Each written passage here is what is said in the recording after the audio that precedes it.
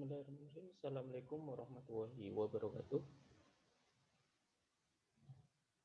Oke, pada kesempatan kali ini kita akan membahas soal-soal UKOM keperawatan gerontik. Yang pertama, langsung saja kita baca soalnya terlebih dahulu. Yang pertama adalah seorang perawat melakukan kunjungan rumah terhadap seorang laki-laki berusia 70 tahun. Klien mengeluh telinga berdengung, sakit di tengkuk, pusing, dan penglihatan kabur.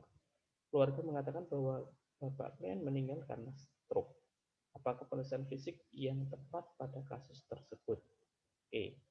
Dalam mengerjakan soal-soal UKOM, kita harus memperhatikan keyword atau kata kunci pada setiap soal. Dan juga harus memperhatikan pertanyaan dari soal tersebut. Sehingga dengan kita memahami soalnya, kita mendapatkan keywordnya, dan kita memahami pertanyaannya, maka kita akan bisa menjawab dengan tepat. Oke. Dari soal pertama ini, coba kita dapatkan keywordnya. Nah, coba kita dapatkan keywordnya. Keywordnya di sini saya berikan warna kuning di sini. Jadi klien mengeluh telinga berdengung, sakit di tengkuk, pusing, dan penglihatan kabur. Nah, ini adalah merupakan ciri-ciri apa? Ciri-ciri dari penyakit hipertensi. Selain itu dikuatkan dengan adanya ini. Bapak klien meninggal karena penyakit stroke. Oke. Nah, perintah apa itu? Pertanyaannya apa? Soalnya apakah pemeriksaan fisik? Nah, coba kita lihat pemeriksaan fisik dari pilihan A, B, C, D, E ini. Coba kita perhatikan. Yang pertama, menghitung frekuensi nafas. Tidak sesuai karena di atas tidak ada sesak nafas.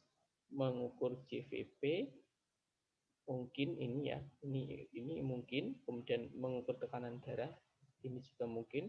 Mengukur fungsi pendengaran, mungkin juga. Dan menginspeksi pergerakan dada, ini tidak mungkin ya. Kita eliminasi yang jawaban-jawaban yang tidak mungkin, yaitu jawaban A dan E ini tidak mungkin. Yang masih itu ada 3 ya, mengukur JVP, mengukur tekanan darah, dan mengukur fungsi pendengaran. Namun kita perhatikan lagi, di sini mengukur fungsi pendengaran. Fungsi pendengaran telinga berdengung. Apakah ini tepat untuk mengukur fungsi pendengaran? Nah, kita juga harus mencari informasi lain. Misalnya di sini ada sakit di tengkuk, pusing, dan penglihatan kabur. Ya. Sehingga di sini untuk jawaban yang tepat adalah mengukur tekanan darah. Kenapa tidak mengukur JVP? Karena mengukur JVP adalah untuk salah satu untuk melakukan pengkajian adanya gagal jantung pada pasien yang mengalami atau indikasi untuk gagal jantung, dilakukan pengukuran JVP.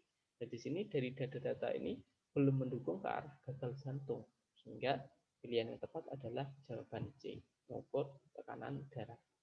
Karena di soal juga belum disebutkan tekanan darahnya berapa.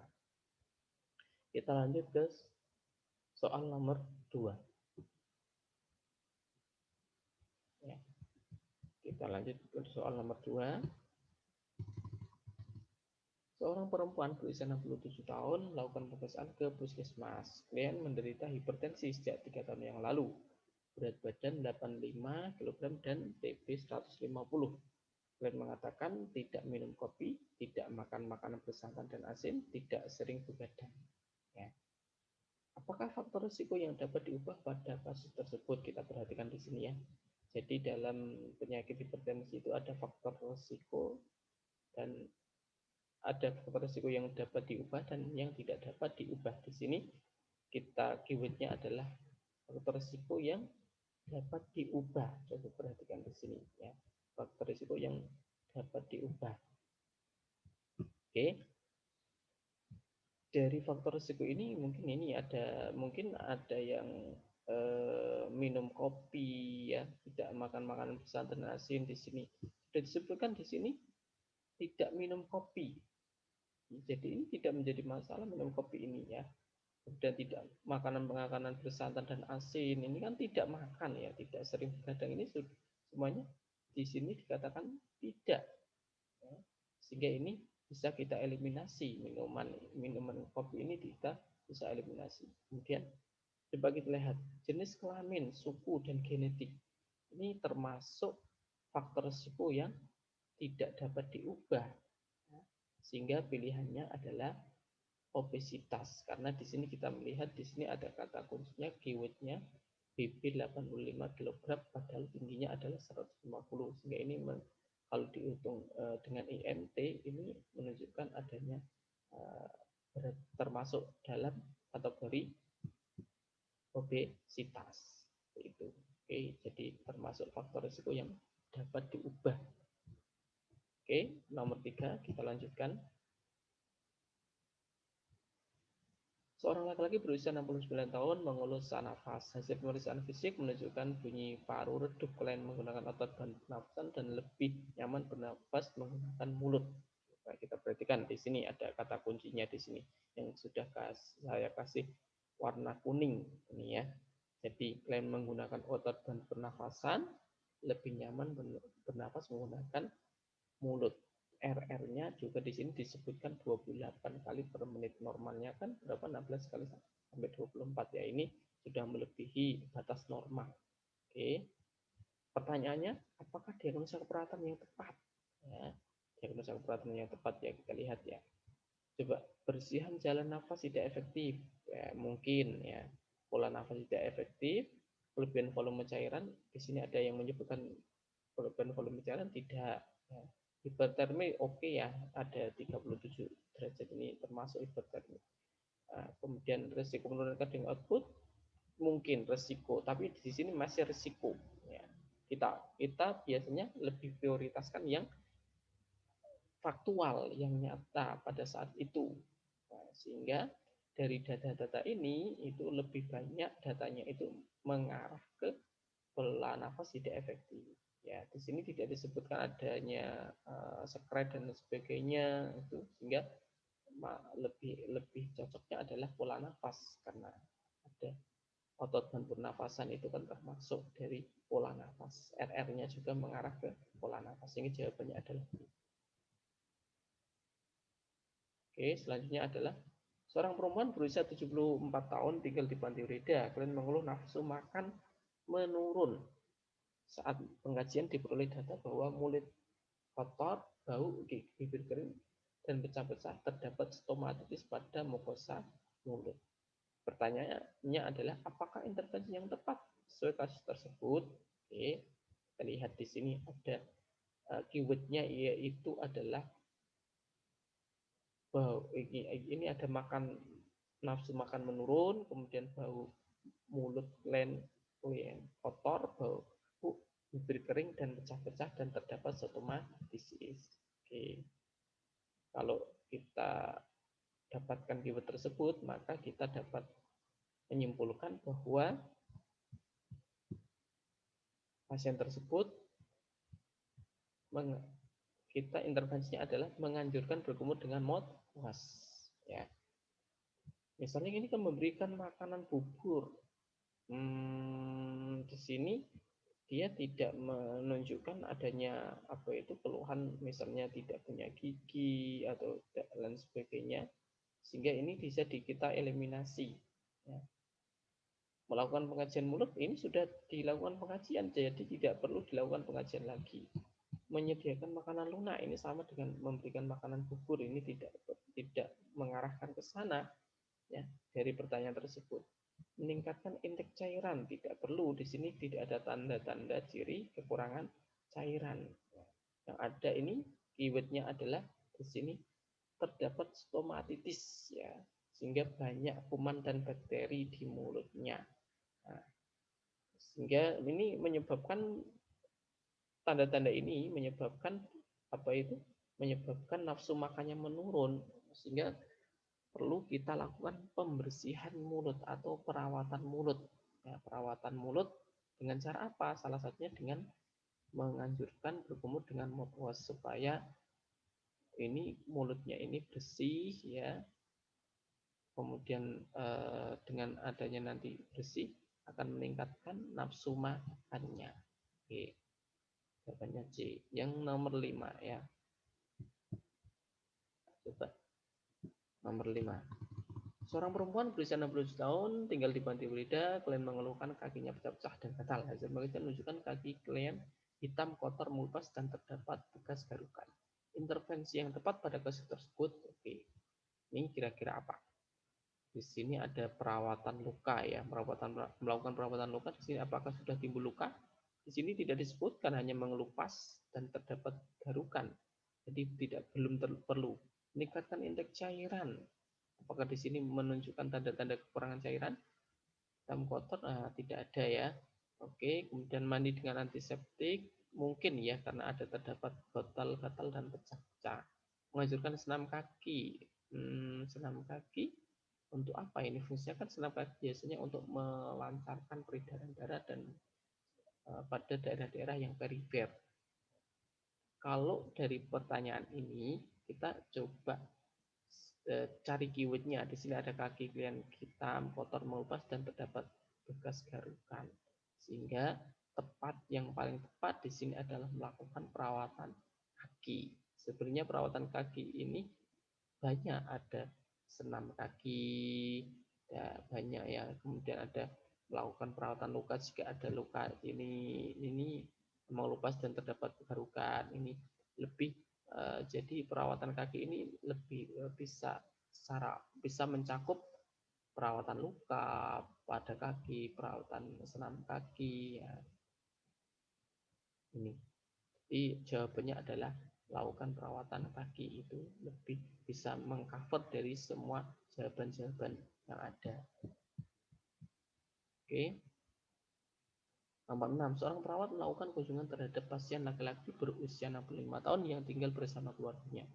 Keluarga mengatakan bahwa klien sering mondar-mandir, keluyuran, marah-marah, dan menuduh anggota keluarga mengambil uangnya. Coba kita perhatikan di sini soalnya. Kita cari keywordnya. Di situ ada keyword menuduh anggota keluarga mengambil uangnya. Sehingga dari coba kita pertanyaannya apa? Apakah gangguan psikososial yang dialami oleh lansia tersebut? Gangguan psikososial ya, di sini ditanyakan gangguan psikososial. Ya, kira-kira apa? Di sini demensia. Karena ini menuduh, ada kata-kata keywordnya menuduh anggota keluarga mengambil uangnya. Dia lupa naruh uangnya. Ini kemungkinan karena dia lupa, dia menuduh anggota keluarga untuk mengambil uangnya. Kalau delirium ini bingung, schizofren itu termasuk gangguan jiwa ini ya. Halusinasi ini biasanya dia merasakan sesuatu yang mengandung dan sebagainya. Depresi ini. Nah, di sini dengan keywordnya menuduh anggota keluarga mengambil uangnya, maka kita bisa pastikan di sini adalah termasuk demensia karena mengarah ke lupa ya dia. Oke, jawabannya adalah D. Yang selanjutnya, seorang laki-laki berusia 75 tahun dirawat di ruang geriatri. Hasil pemeriksaan menunjukkan bahwa adanya pembengkakan pada kelenjar prostat. Klien akan dilakukan tindakan prostatektomi atau apa itu? Operasi prostatektomi, pengangkatan prostat. Namun keluarga pasien menolak dilakukan tindakan tersebut karena usia yang sudah tua. Perawat menjelaskan tentang keuntungan tindakan tersebut bagi klien dan klien memiliki hak untuk mendapatkan tindakan. Oke, kita ini berbicara ke konsep etik keperawatan. Pertanyaannya adalah prinsip etik apakah yang diterapkan perawat pada kasus tersebut. Oke, ini mungkin ada yang apa itu menjawab otonomi. Ya. Di sini antara otonomi, kemudian ada normalis efisiens sama beneficience. Coba kita lihat di sini ada kata kuncinya. Coba perawat menjelaskan tentang keuntungan tindakan tersebut bagi klien dan klien memiliki hak untuk mendapatkan tindakan tersebut. Ya. Sehingga dari kata kunci ini mengarahkan kepada keuntungan atau benefisiensi atau manfaat yang bisa didapatkan oleh pasien berdasarkan dari tindakan tersebut yang sudah dijelaskan oleh perawat ini. Ya. Kalau normal efisien tidak merugikan, ya, keadilan, justice, veracity, ini kejujuran, veracity ini. Jadi yang lebih tepatnya di sini adalah beneficiency atau manfaat. Selanjutnya, seorang laki berusia 75 tahun dirawat di ruang geriatri. Ini sama ya. Hasil pemeriksaan menunjukkan adanya pembengkakan pada kelenjar berat, klien akan dilakukan tindakan prostatektomi. Klien menjelaskan tentang keuntungan tindakan tersebut bagi klien dan tidak menimbulkan kerugiannya. Ini coba kita perhatikan di sini sama soalnya, tapi di sini ada tambahan ini. Nah, ya, menjelaskan tentang keuntungan tindakan tersebut bagi klien dan tidak menimbulkan kerugian. Ya. Coba ini kata kuncinya adalah tidak menimbulkan kerugian. Peristiwa etik apakah yang dilakukan pada perawat dalam kasus tersebut? Ya, otonomi tidak, keadilan tidak, veracity ini adalah kejujuran tidak. Ini antara beneficiency dan non malefisiency. Ya, di sini karena di sini ada tambahan tidak merugikan pasien, sehingga di sini kita lebih tepat memilih normal efisien. Ya. Oke, jawabannya adalah B karena ada tambahan imbuhannya itu. Kalau di atas hanya sekedar menceritakan keuntungan. Oke, selanjutnya nomor 9. Seorang perempuan berusia 73 tahun menderita ulkus diabetes pada kaki kirinya. Hasil pemeriksaan menyarankan untuk dilakukan amputasi pada klien. Perawat meminta keluarga untuk berdiskusi dengan pasien tentang alternatif tindakan tersebut karena yang berhak menentukan tindakan adalah pasien sendiri. Oke, masih ini berbicara masih etik, kode etik keperawatan, etik legal. Oke, di sini kita cari keywordnya adalah klien berhak menentukan tindakan adalah pasien sendiri itu karena yang berhak menentukan tindakan adalah pasien sendiri, sehingga kita langsung bisa menebak bahwa jawabannya adalah otonomi. Selanjutnya nomor 10 ya.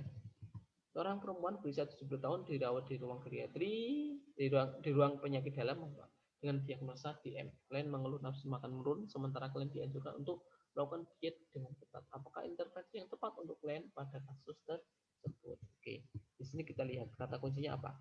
Nafsu makan menurun. Oke, tapi klien dianjurkan untuk diet ketat. Coba kita lihat.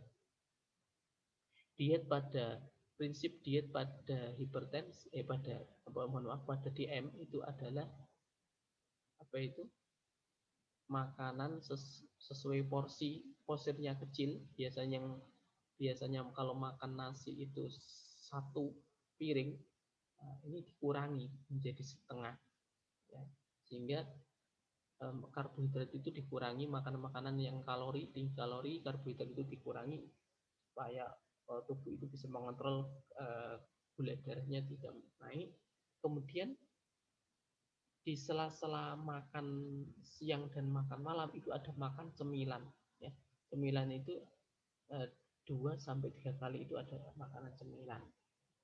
Sehingga karena nafsu makannya menurun, sehingga dia lebih cocoknya adalah memang memakan makanan dengan porsi kecil tapi sering sesuai dengan jadwalnya yang ditentukan. Jadi makanannya itu ada 3 kali, pagi, siang, dan malam. Di antara makan siang dan malam ini ada makan cemilan 2-3 kali.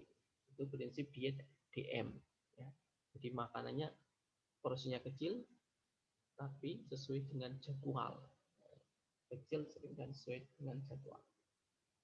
Tapi sering ini ya, sehingga jawabannya adalah C. Meskipun jawaban-jawaban yang lain hampir mirip, ini sama. Tadi minum kopi dan teh, berikan makanannya mengandung serat, oke. Berikan minum dan kurangi makanan yang terlalu manis, batasi pemberian makanan yang tinggi kalori.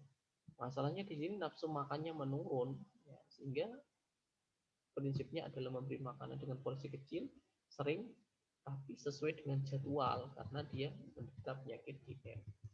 Oke, yang nomor 11, seorang laki-laki berusia 65 tahun diantar keluarganya ke puskesmas. Keluarga mengatakan klien mudah lupa. Setelah dilakukan pemeriksaan, klien didiagnosa demensia.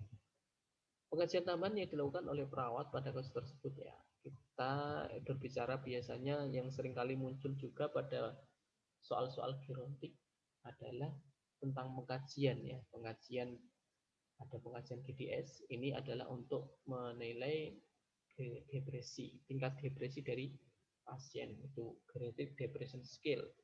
Tes intelijensi di sini tidak spesifik ya, tidak ada tes intelijensi secara spesifik untuk lansia. Tes kepribadian juga tidak ada. Tes ada lagi tes MMSI, Mini Mental State Examination, dan yang terakhir ada tes APGAR. Ini ada APGAR skor untuk nilai sosial, hubungan sosial lansia.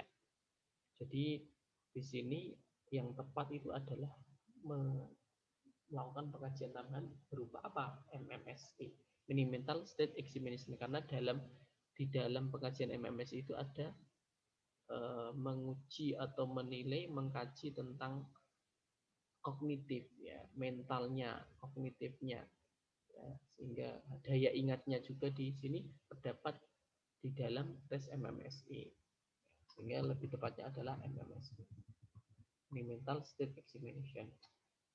Yang nomor 12 lanjut, yaitu nomor 12, seorang laki-laki berusia 67 tahun dibawa keluarganya ke puskesmas. Selain mengeluhkan lututnya sering kaku, nyeri, dan meradang pada area persendian, sifatnya hilang timbul dengan skala nyeri 6. Klien mengatakan bahwa nyeri bertambah saat melakukan aktivitas.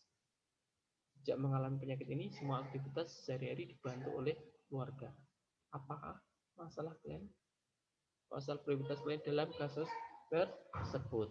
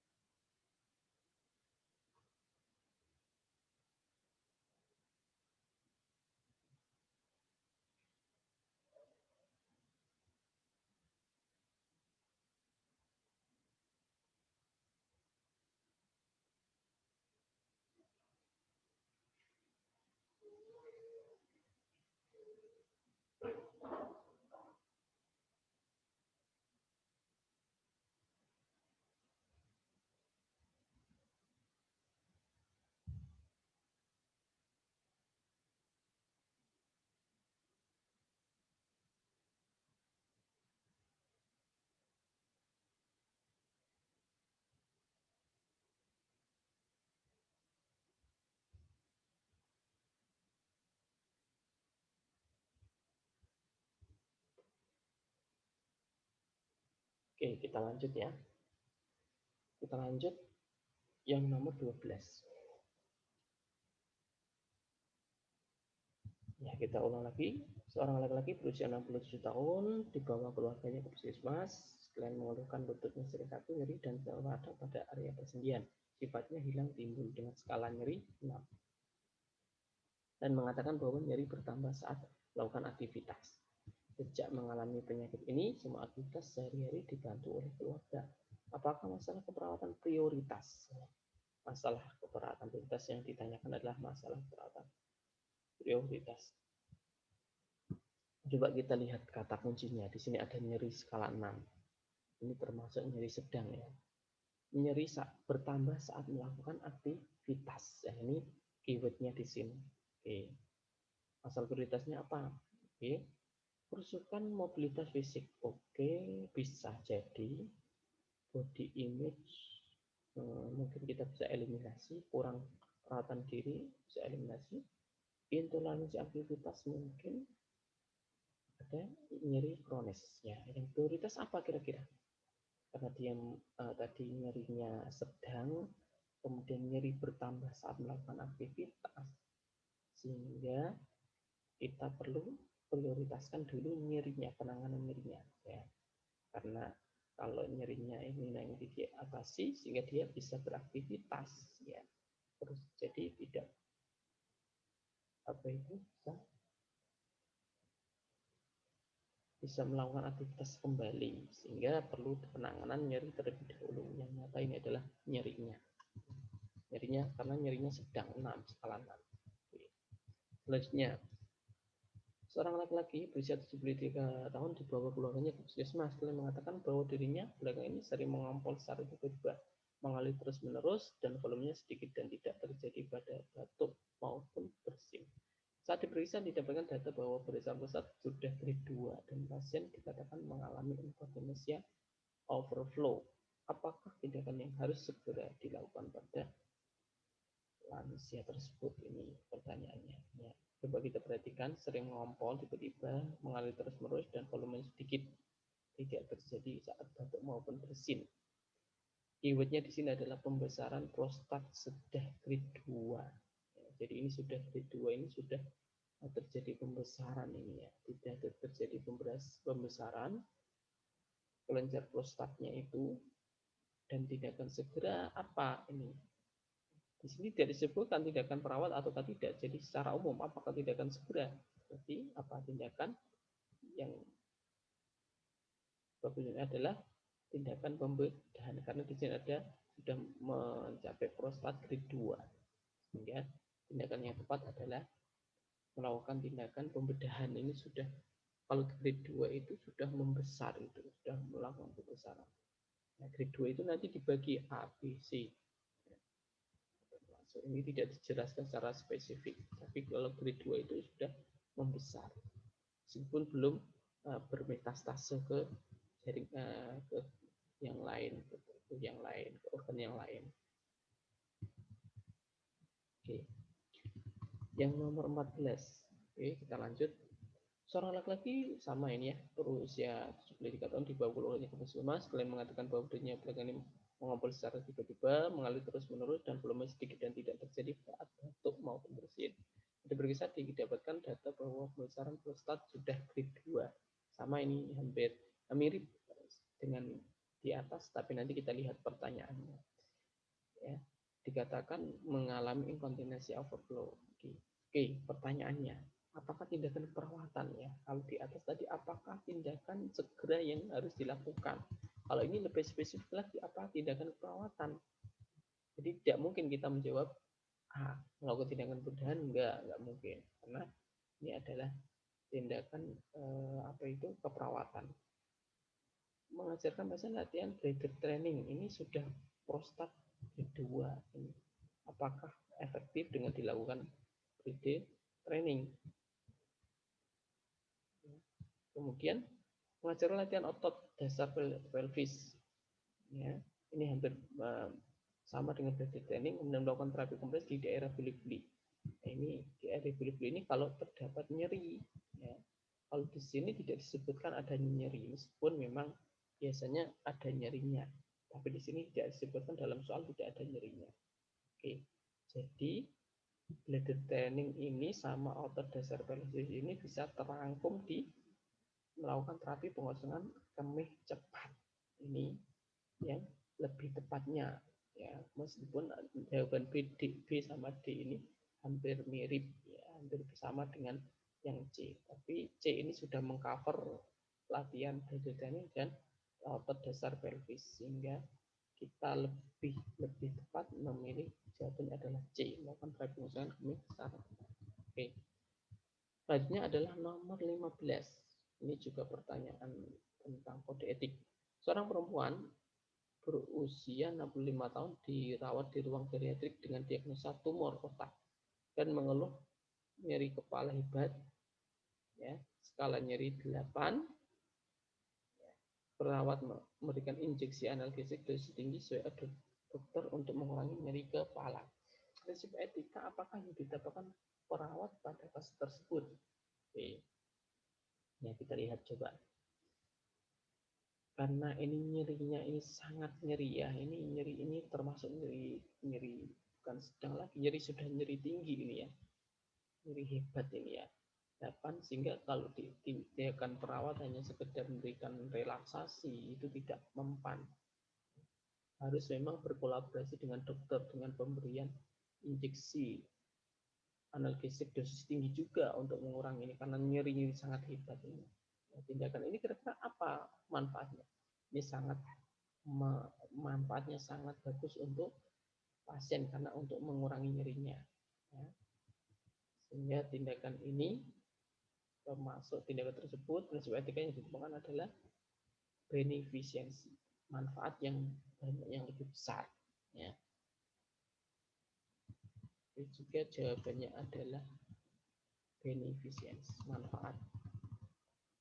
Oke. Nomor 16, seorang perempuan berusia 60 tahun dirawat di ruang penyakit dalam dengan diagnosa gagal jantung. Saat pengajian, klien hanya berbaring di tempat tidur karena sering kali sesak nafas. Klien juga tidak mau bila dianjurkan untuk merubah posisi klien karena sesak nafas. Klien nampak lemah, masalah berat apakah yang ditegakkan pada kasus tersebut? Oke, kita coba lihat. Di sini klien menderita gagal jantung. Klien sesak nafas, bahkan hanya sekedar merubah posisi saja dia merasakan sesak napas. Jadi ini sudah grade-nya tinggi ya. Jadi ini udah ketiga kalau dalam gagal jantung. Oke. Sehingga aktivitas ringan saja dia sudah sesak napas. Sehingga dia tidak mau merubah posisinya. Kira-kira masalah keberatan apa? Biasanya kalau berkaitan dengan ini adalah kita mungkin lebih nanti ada kerusakan mobilitas fisik sama risiko tinggi kerusakan integritas kulit ini mungkin ya. Penurunan cardiac output ini juga. Tapi lebih tepatnya dari kasus tersebut karena dia tidak toleran terhadap aktivitas. Karena kalau dibuat aktivitas ini adalah terasa sesaknya terasa tambah sesak, maka dia termasuk tidak toleran terhadap aktivitas. Sehingga yang tepat diagnosanya masalah keperawatan utamanya adalah intoleransi aktivitas. Bukan mobilitas fisik. Kalau mobilitas fisik ini berkaitan dengan biasanya dengan fraktur, ya, gangguan otot-otot pada ekstremitas itu mengarahnya ke gangguan mobilitas fisik. Oke. Selanjutnya adalah nomor 17. Ini seorang laki-laki berusia 70 tahun mengeluh tidak mampu mengatur keinginan untuk berkemih. Perawat memberikan terapi non farmakologi dengan melakukan senam kegel.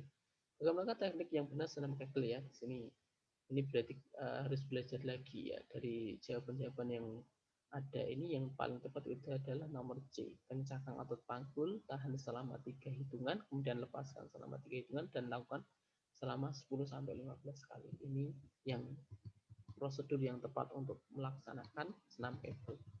Jadi harus belajar lagi ini. Mungkin ada pertanyaan seperti ini, cuma memang sedikit ya yang pertanyaan-pertanyaan hafalan itu sedikit biasanya muncul di soal-soal hukum. Oke, nomor 18 ya. Seorang laki-laki berusia 72 tahun dirawat di ruang geriatri. Klien mengeluhkan sesak nafas, nyeri di daerah sternum saat beraktivitas namun cepat hilang dan jantung berdebar-debar. Klien nampak batuk dan mengeluarkan lendir yang banyak dan kental. Terapi yang didapatkan O2 3 liter per menit. Apakah tindakan mandiri yang perawat yang dapat dilakukan pada masalah tersebut untuk mengatasi masalah tersebut? Oke, kita coba ini. Keywordnya adalah klien ini nyeri sesak nafas ya. Kemudian batuk dan mengeluarkan lendir yang banyak dan kental. Oke. Nah, tindakannya apa? Mengurangi stimulus lingkungan. Di sini tidak disebutkan adanya stimulasi lingkungan yang mengganggu pasien. Ajak pasien bernapas dalam keadaan dalam untuk mengurangi keletihan. Ini di sini juga apa itu mungkin ya mungkin tapi mungkin nanti kita cari dulu jawaban yang lain. Nah, kan kepala tempat tidur pasien ya semipolar ini ya, semipolar atau bahkan sampai duduk ya, duduk kemudian biarkan kan bersandar ke depan. Nah, kenapa bersandar ke depan? Karena di sini ada nampak batuk dan mengeluarkan lendir yang banyak dan kental supaya nanti lendir dan batuk dan apa itu lendirnya itu bisa keluar. Kalau ya tinggi tempat tidur ini untuk memaksimalkan pengembangan ini pengembangan otot-otot diafragma atau otot-otot ini dada ini untuk memaksimalkan supaya tidak sesak itu kan dimaksimalkan ini, sehingga ini juga untuk mengurangi sesak nafasnya, dan biarkan bersandar ke depan ini untuk mengeluarkan lendirnya yang kental tadi. Sehingga ini jawaban yang tepat adalah C. Kalau hanya sekedar tinggikan ini sudah ada ini tinggikan, kemudian diberikan nasal kanon ini sudah diberikan ini oksigen 3 liter per menit. Oke, kalau jawaban E ini tidak, karena tindakan mandiri perawat. Jadi yang tepat adalah nomor 19 adalah C. Naikin kepala tidur dan biarkan bersandar ke depan. Jawabannya tepat. Selanjutnya nomor 19. Seorang lelaki berusia 75 tahun berbaring di tempat tidur dengan diagnosa gagal jantung dan mengeluhkan sesak nafas saat beraktivitas ringan. Ya, ini sama. Hampir mirip-mirip seperti ini. Sehingga semua aktivitas dibantu perawat menegakkan diagnosa risiko tinggi kerusakan integritas kulit dekubitis. Ya, di sini kan tidak ditanyakan prioritasnya. Salah satu diagnosa yang muncul dari tanda-tanda itu adalah risiko tinggi kerusakan integritas kulit karena tadi sesak nafas saat aktivitas ringan. Ya. Apakah tindakan mandiri perawat pada kasus tersebut? Oke, dia merasa sesak nafas saat beraktivitas ringan, hanya pindah saja geser kanan kiri juga sesak, sehingga dia tidak kalau disuruh pindah kanan kiri berat, sehingga kalau jawaban A tidak, ya, karena merubah posisi kalian tiap 2 jam dengan miring kanan kiri ini tidak memungkinkan dengan kondisi pasien dengan sesak nafas. Oke, jawaban C, coba kita memberikan posisi yang nyaman sehingga kalian bisa nah, ini kurang spesifik. Yang D, memberikan banyak lotion pada kulit terutama pada lengan dan oke, bisa, ya, mengatur posisi level sehingga kalian mudah bergerak. Oke, bisa. Tapi yang lebih tepatnya itu menggunakan kasur angin sehingga mengurangi gesekan pada kulit. Nah dia tadi tidak seaktivitas ringan saja sudah sesak, dia juga sehingga kasurnya aja yang diberikan kasur angin supaya mengurangi tekanan pada kulit sehingga mencegah terjadinya dekubitus pada kulit. Jawabannya adalah nomor 20. Seorang laki-laki berusia 60 tahun dirawat di ruang penyakit bedah sejak 7 hari yang lalu. Hasil pemeriksaan didapatkan data ekstremitas atas dan bawah tidak dapat digerakkan secara aktif. Kulit di sekitar area penonjolan tulang tampak kemerahan dan tampak lemas. Hasil pengajian tekanan darah 120/100 mm air raksa, kemudian nadi 88 kali per menit, suhu 37,7, pernafasan 20 kali per menit. Apa yang dilakukan perawat untuk meningkatkan kenyamanan pada klien? Ini coba. Pertanyaannya adalah tindakan perawat untuk meningkatkan kenyamanan. Oke. Memberikan kompres air hangat. Di sini tidak ada nyeri, ya. Ya, tidak perlu memonitor kulit. Iya, betul. Ya, tapi tidak nyaman, ini pertanyaan adalah untuk meningkatkan kenyamanan. Durasi tiap 2 jam. Oke, tapi tindakan coba kita lihat benar, tapi tidak meningkatkan kenyamanan. Pelatih room juga benar. Tapi di sini yang kenapa kita pilih message, ya, melakukan masak ini pijatan-pijatan yang lembut untuk meningkatkan aliran darah pada kulit, pada pasien, pada daerah-daerah ekstremitas perifer, ya, sehingga dengan adanya itu peningkatan aliran darah ke daerah perifer juga ini mencegah terjadinya luka pada daerah-daerah perifer, pada daerah-daerah penonjolan, ya, sehingga bisa meningkatkan juga kenyamanan pasien. Oke, jadi jawaban yang tepat adalah melakukan massage. Nomor 21, seorang laki-laki berusia 70 tahun diantar keluarga ke rumah sakit dengan keluhan utama terasa nyeri saat buang air kecil dan aliran tidak lancar. Terdapat distensi pada simfisis pubis saat dipalpasi. Apakah tindakan yang paling tepat dilakukan dengan segera? Ya, ini coba kita lihat, perhatikan di sini keywordnya adalah nyeri saat buang air kecil dan aliran tidak lancar. Distensi pada simfisis pubis saat dipalpasi. Tindakan segera, ini ada kata kuncinya, tindakan segera yang harus dilakukan ya. Tepatnya apa? Memberikan diuretik enggak. Nah, ini karena ada ini di distensi pada simbifosis saat palpasi, sehingga tindakan yang tepat dari kasus ini adalah pemasangan kateter. Nomor 22, seorang perempuan berusia 70 tahun dirawat di rumah sakit dengan diagnosa asma kronis. Pada saat pengajian auskultasi paru didapatkan suara wheezing. Pada saat apakah bunyi tersebut didengarkan dengan jelas? Ya, ini biasanya teori ya, teoritis ya. Jadi yang jelas ini biasanya pada saat ekspirasi. Inspirasi, iya, tapi lebih jelasnya adalah pada saat ekspirasi. Ini karena ada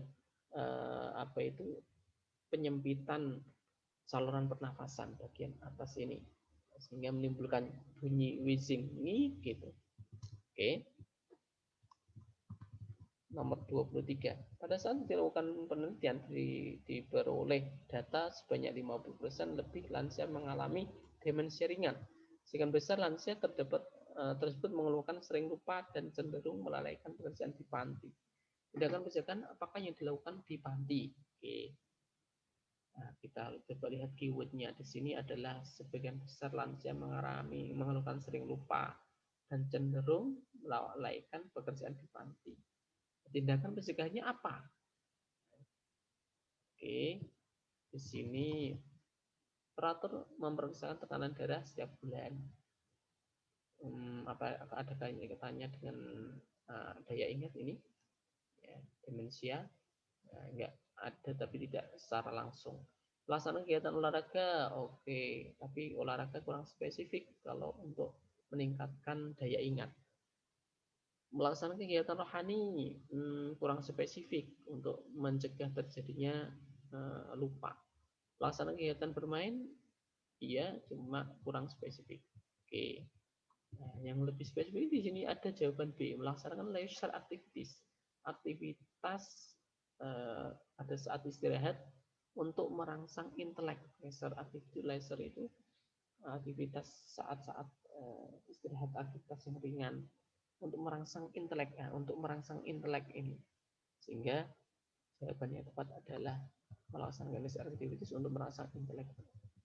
Oke. Nomor 24. Seorang perempuan berusia 70 tahun datang ke puskesmas diantar oleh keluarga dengan keluhan sering terbangun saat tidur malam hari, kesulitan saat akan mulai tidur kembali, dan lemas dan sering merasa ngantuk di pagi hari. Oke.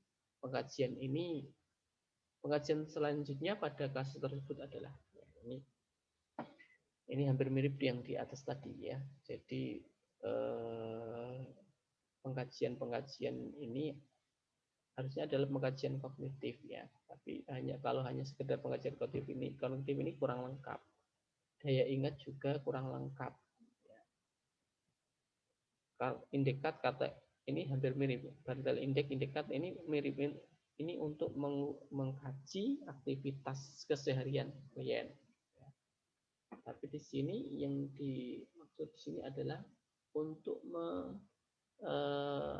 mengkaji status mental, itu termasuk di dalamnya ada kognitif dan daya ingat mentalnya. Karena dia merasa ngantuk terus, ini berarti nanti berpengaruh terhadap kondisi mentalnya, kognitifnya, daya ingatnya. Sehingga pengajian untuk mengkaji hal tersebut adalah dengan melakukan pengajian status mental. Oke, jawabannya adalah ini. 25. Seorang pria berusia 60 tahun datang ke IGD mengeluh kondisi fisik lemah dan sesak nafas saat beraktivitas seperti jalan. Klien merasa nyaman pada waktu istirahat. Terasa ini palpitasi yang bergetar-getar, dyspnea, sesak nafas. Dari keluhan tersebut, perawat dapat menyimpulkan bahwa pasien mengalami gagal jantung atau CF, congestive heart failure. Gagal jantung. Ya. Pengajian fisik yang tepat dilakukan perawat pada kasus tersebut. Oke, pengajian fisik ini coba kita pengkajian fisik apa kira-kira yang tepat untuk kasus sesuai dengan kasus tersebut pada tersebut. Oke. Pengajian sistem saraf, enggak, ya tidak tepat ya. Pengajian kekuatan otot tidak tepat. Pengajian abdomen tidak tepat. Pengajian torak, iya, karena di torak itu ada paru-paru dan pengajian jantung ada di sananya. Tapi yang lebih spesifik di sini adalah pengkajian auskultasi bunyi jantung. Ini termasuk yang spesifik ya untuk mengkaji CHF, karena dengan mengauskultasi bunyi jantung kita dapat mendengarkan bunyi jantung normal ya. Ada suara tambahannya ya, bunyi jantung S1, S2, S3 ya.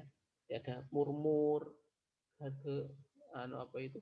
Ada bunyi murmur, itu nanti bisa didengarkan kalau pada pasien-pasien mengalami gagal jantung ya.